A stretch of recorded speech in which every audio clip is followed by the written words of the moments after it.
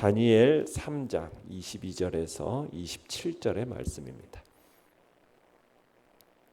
다니엘 3장 22절에서 27절까지의 말씀 우리 한 목소리로 같이 읽도록 하겠습니다. 다니엘 3장 22절에서 27절입니다.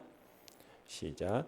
왕의 명령이 엄하고 풀무불이 심히 뜨거움으로 불꽃이 사드락과 메삭과 아벳느고를 붙든 사람을 태워 죽였고 이 세 사람 사드락과 메삭과 아벳느고는 결박된 채 맹렬히 타는 풀무불 가운데 떨어졌더라.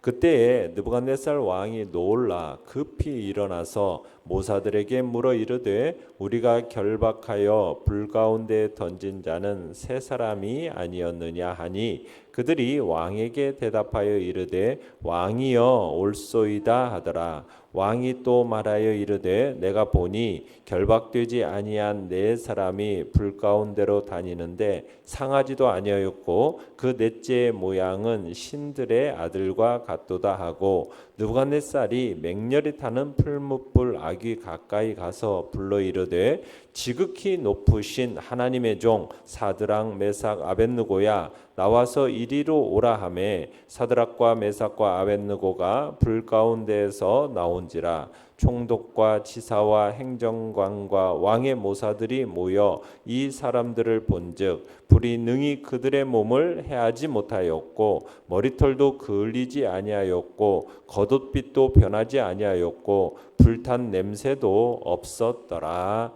아멘. 오늘 말씀의 제목은 나의 믿음 주께 있네라는 제목으로 말씀을 나눕니다. 다니엘의 세 친구 사드락 메삭과 아벳느고는 느부갓네살 왕이 금신상에게 경배하라는 것을 끝내는 거부합니다. 그 명령을 거부합니다. 이에 느부갓네살 왕은 분이 가득해 가지고 다니엘의 이 세 친구에게 얼굴빛을 바꾸고 그들을 처형할 풀무불을 평소보다도 7배나 더 뜨겁게 할 것을 명령하죠. 그러면서 이제 실제로 그들을 결박하여서 풀무불 가운데로 떨어뜨리는 일이 벌어지게 됩니다. 내용과 철문제 1번 보시면 사드락과 메삭과 아벳느고가 결박된 채 떨어진 풀무불은 어느 정도로 뜨거웠습니까? 자, 22절 23절 다시 한번 읽어보겠습니다. 시작. 왕의 명령이 엄하고 풀무불이 심히 뜨거움으로 불꽃이 사드락과 메삭과 아벳느고를 붙든 사람을 태워 죽였고 이 세 사람 사드락과 메삭과 아벳느고는 결박된 채 맹렬히 타는 풀무불 가운데 떨어졌더라. 자, 어느 정도나 뜨거웠습니까? 풀무불의 뜨거운 정도가 그 곁에 서 있는 사람이 도저히 감당할 수 없을 정도로 뜨거웠어요.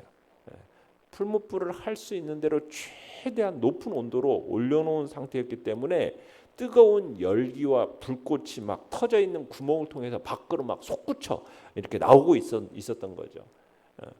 그렇게 밖으로 터져 나오는 그 열기와 불꽃으로 인해서 어떻게 됐습니까? 지금 사드락과 메삭과 아벳느고를 불구덩이에다가 집어 던지려고 했던 그 용사들이 다 죽어버립니다. 그러니까 그 세 사람들을 붙들어 던진 그 용사들이 풀무불에서 용광로 속으로 들어가지도 않았잖아요. 근데 용광로 속에서 솟구쳐 나오는 그 화염으로 인해서 죽을 정도로 그 용광로의 온도는 어마어마하게 높았던 거죠. 그러니까 그들을 붙든 사람이 밖으로 터져 나오는 그 화염에 타 죽을 정도니 그 용광로 속으로 떨어진 사람은 떨어짐과 함께 완전히 불 속에서 타서 죄밖에 남지 않아야 되는 것이 마땅한 그런 순간이었던 겁니다. 살아날 가능성이라고는 사드락과 메삭과 아벳느고가 살아날 가능성이라고는 전혀 없도록 정확하게 또 용광로 안쪽에다 이글이글거리는 그곳에다 떨어진 거예요. 자, 그런데 내용관찰 문제 2번입니다. 느부갓네살 왕이 놀라 급히 일어난 이유는 무엇입니까? 자, 24절을 읽어봅니다. 시작. 그때에 느부갓네살 왕이 놀라 급히 일어나서 모사들에게 물어 이르되 우리가 결박하여 불 가운데 던진 자는 세 사람이 아니었느냐 하니 그들이 왕에게 대답하여 이르되 왕이여 올소이다 하더라. 자, 느부갓네살 왕이 그 세 사람을 풀무불 속에다가 던지도록 명령한 다음에 진행되는 전 과정을 지켜보고 있었어요. 그런데 그 순간 결코 상상조차 할 수 없는 놀라운 장면을 목격하게 된 겁니다. 그토록 맹렬하게 불타오르는 그 풀무불 가운데 지금 결박되어져 던져진 세 사람이 결박이 풀린 상태에서 몸을 아주 자유롭게 움직이면서 그러면서도 정체를 알 수 없는 또 다른 사람과 함께 그 불 속을 걸어 다니고 있었다는 거예요. 그러니까 느부갓네살의 그 장면을 보고는 도저히 놀라지 않을 수가 없었고 앉아 있었던 자리에서 벌떡 일어나지 않을 수가 없었던 거죠. 도무지 믿기지 않는 장면이 보여진 겁니다. 그래서 온몸이 솔솔할 정도로 깜짝 놀랐던 거죠. 왕이 혹시나 자기가 잘못 본 거 아닌가 의아해하면서 옆에 도열에 있던 자신의 측근 모사들에게 지금 풀무불 가운데서 벌어지고 있는 이 초자연적인 사건에 대해서 질문을 던지는 겁니다. 자기의 눈으로 보고도 이게 도대체 믿을 수 없는 장면이 자기 앞에서 펼쳐지고 있었던 거예요. 왕은 자신이 지금 보고 있는 장면이 정말 실제로 벌어지고 있는 장면인가 이걸 확인하기 위해서 지금 옆에 있는 모사들에게 어떻게 보면 너무나도 자명한 대답에 대한 질문을 던지는 거죠. 우리가 던진 사람이 세 사람 아니었느냐? 분명히 세 사람을 던지지 않았느냐 하면서 지금 이제 아무도 반박할 수 없는 뉘앙스로 사실이 그렇지 않느냐 하면서 질문을 던진 거예요. 두말할 필요도 없는 왕의 말이 옳다라는 것을 이제 답변이 나오는 거죠. 25절입니다. 시작. 왕이 또 말하여 이르되 내가 보니 결박되지 아니한 네 사람이 불 가운데로 다니는데 상하지도 아니하였고 그 넷째의 모양은 신들의 아들과 같도다 하고 밖으로 막 치솟아 나오는 이 화염으로 사람이 타 죽을 정도로 어마어마하게 뜨거운 그 용광로 속에 지금 떨어진 이 세 사람이 전혀 타지도 않고 모든 결박이 풀린 채로 신의 형상을 지닌 인문과 함께 그 속을 아주 자유롭게 걸어다니고 있는 겁니다. 마치 걸어다니는 것을 즐기기라도 하듯이 막 불 속을 힘차게 활보하고 있는 거예요. 아니 이렇게 힘차게 걸어다니는 것 불 속에서 아무런 해도 당하지 않고 있었다라는 거죠. 느부갓네살 왕은 이 풀무불 속에 던져진 세 사람 곁에 네 번째 사람이 보통 사람과 다르다라는 사실을 한눈에 인지하고서는 그 사람의 유형이 신의 아들을 닮았다. 지금 이렇게 표현을 하고 있습니다. 자, 연구한 묵상 문제 3번입니다. 자, 신들의 아들과 같은 넷째 사람은 과연 누구일까요? 자, 신들의 아들과 같은 이 넷째 사람이 과연 누구일까요?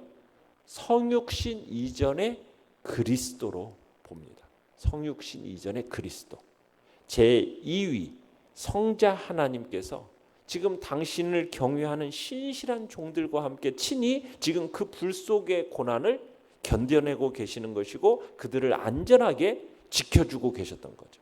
그러니까 성자 하나님께서 지금 불 속에 친히 들어가셔서 자신의 그 초월적인 능력을 통해서 풀무불 속에 들어간 그 세 사람을 머리털 하나 타지 않도록 안전하게 보호하셨던 거예요.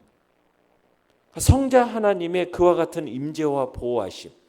여러분 이것은 사실상 바벨론 치하에서 고난을 당하던 모든 신실한 하나님의 백성들의 어떻게 보면은 보호하신 하나님의 모습을 대표하는 그런 사건이라고 할 수가 있는 겁니다.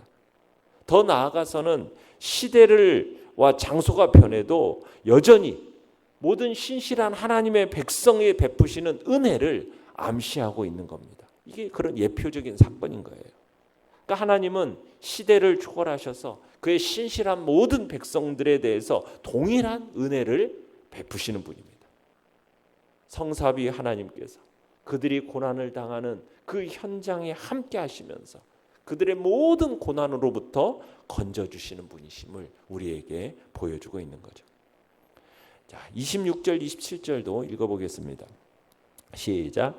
느부갓네살이 맹렬히 타는 풀무불 아귀 가까이 가서 불러 이르되 지극히 높으신 하나님의 종 사드락 메삭 아벳느고야 나와서 이리로 오라 하매 사드락과 메삭과 아벳느고가 불 가운데에서 나온지라 총독과 지사와 행정관과 왕의 모사들이 모여 이 사람들을 본즉 불이 능히 그들의 몸을 행하지 못하였고 머리털도 그을리지 아니하였고 겉옷빛도 변하지 아니하였고 불탄 냄새도 없었더라.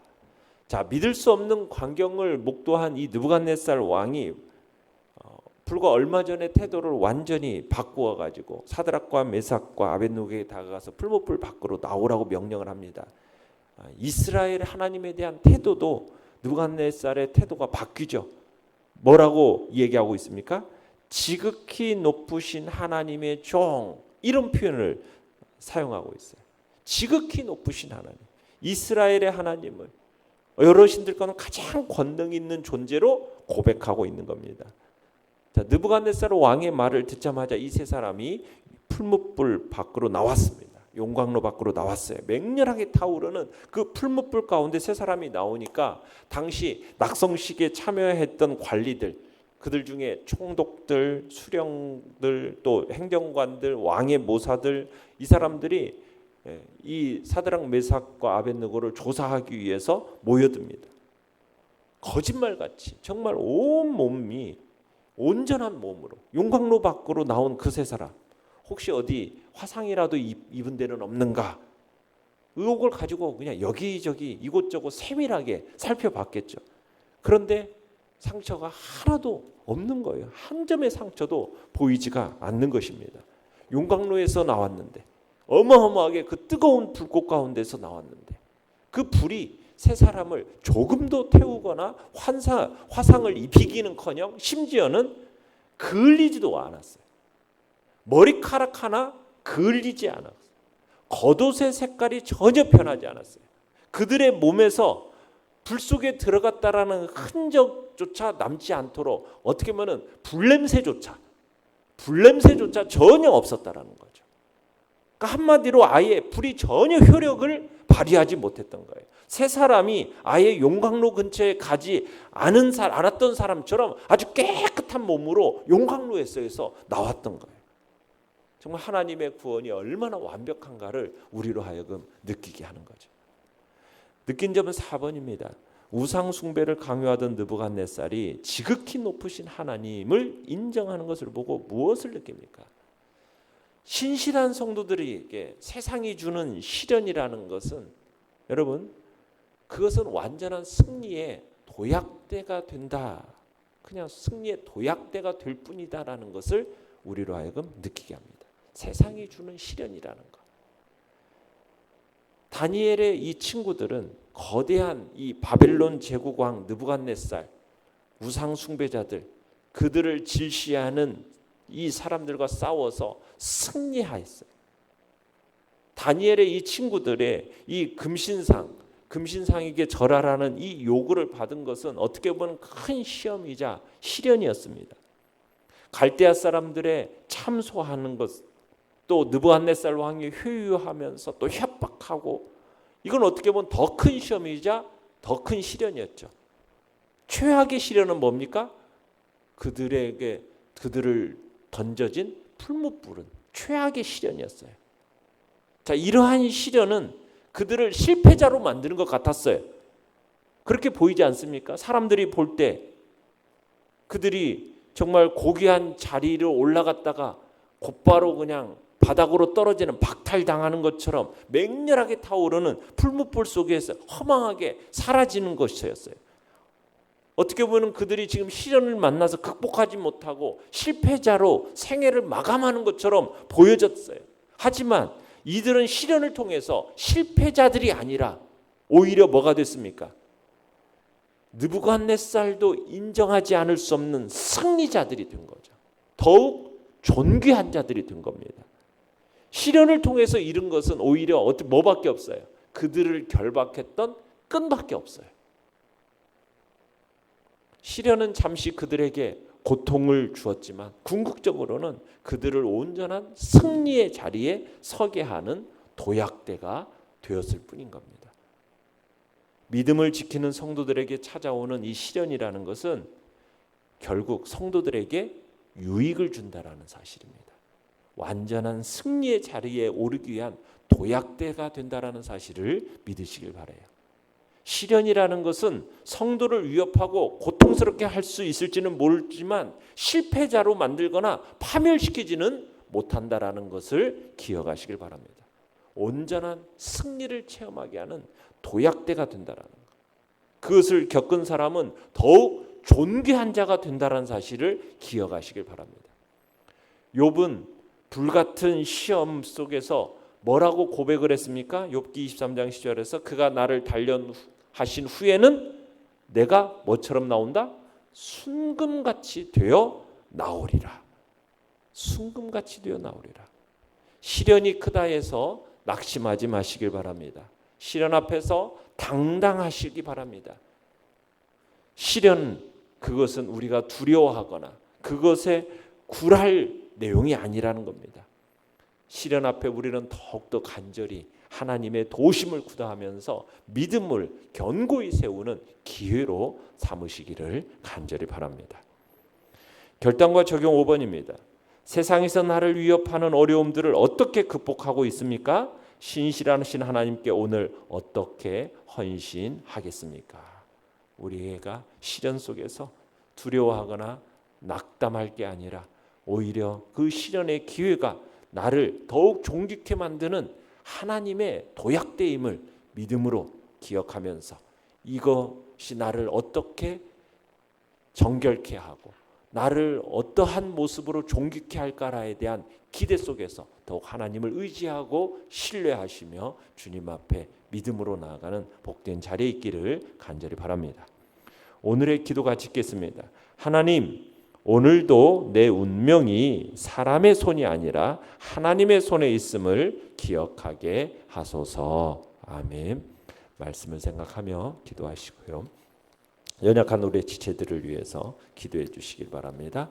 또 주께서 우리 교회를 향하여 이 지역사회 하나님의 구원과 생명의 역사를 이뤄나가는 복된 교회로 온전하게 세움받게 해달라고, 특별히 54주년을 맞이하는 교회로서 우리 교회가 하나님의 영광스러움을 드러내는 공동체로 세움받게 해달라고 이 시간 주여 우리 3번 부르짖으면서 간절한 마음으로 기도합니다.